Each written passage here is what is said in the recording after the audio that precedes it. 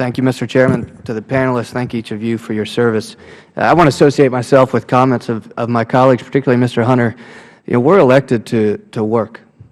We're elected to actually get things done, as members of Congress, and the President is as well. Every member of this panel, every member of this body at some point has probably run against the dysfunction of Washington. And when we're elected, we don't have the luxury of resigning ourselves to that dysfunction. We have a responsibility to work. That means holding hearings like this, and that means actually putting your name on important pieces of legislation like House Resolution 620. The issue clearly is leadership.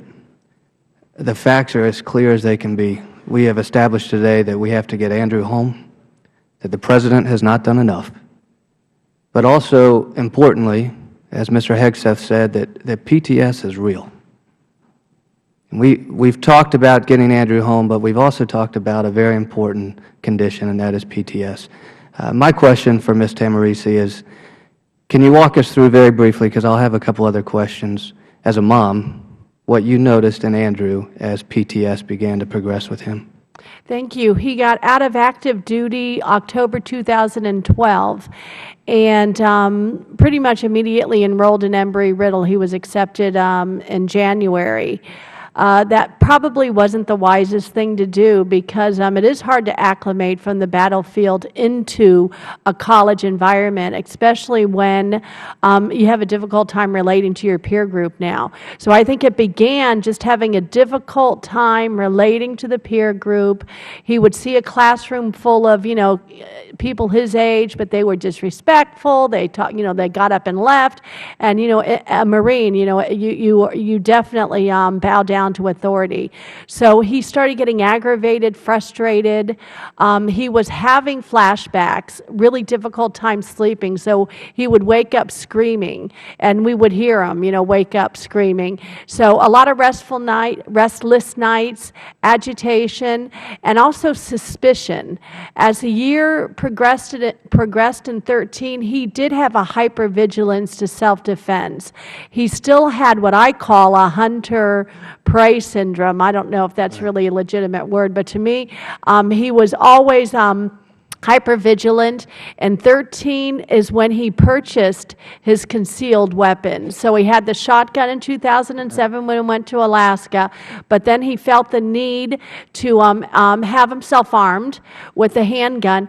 And being a Marine, he carried a rifle for those 4 years, and he was responsible for the biggest gun on the battlefield, a .50 caliber. Okay. So when he made his his second purchase in 13, which was his third firearm, the rifle, that also kind of made sense to us. I mean, we knew that was his tool of the trade. That's what kept him alive for 4 years. Let me pause just a second because of time. Yes. I want to be respectful of time. Yes. We know we have a wait list. I've had a conversation with a mother like you referred to, Mr. Hegseth, somebody awaiting treatment within the VA and then committed suicide while on the wait list. What do we need to do more?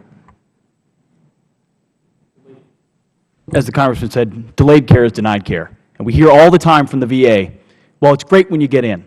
If you can't get in, you don't get the treatment that you need.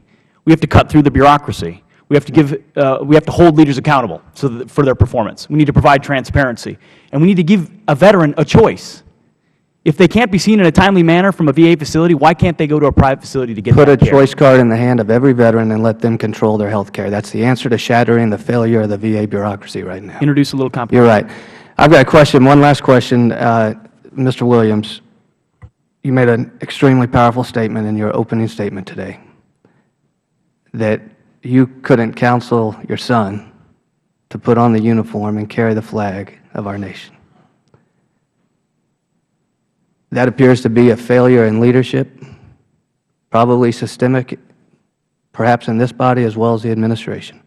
My question for you is, what do you need to see change to find yourself in a position to say yes to your son, to say it is okay to put on the uniform and carry the flag? That over the course of the last 4 or 5 months, I have been extremely vocal, and I'm not going to let up. I gave the President and this last bill the 90 days that was requested to make a change. So I'm keeping my mouth shut for about another 35 days. But at the end of 35 days, believe me, I'm not going to stop, because all the claims that were made in this bill that was passed, so far I don't believe these things are being implemented.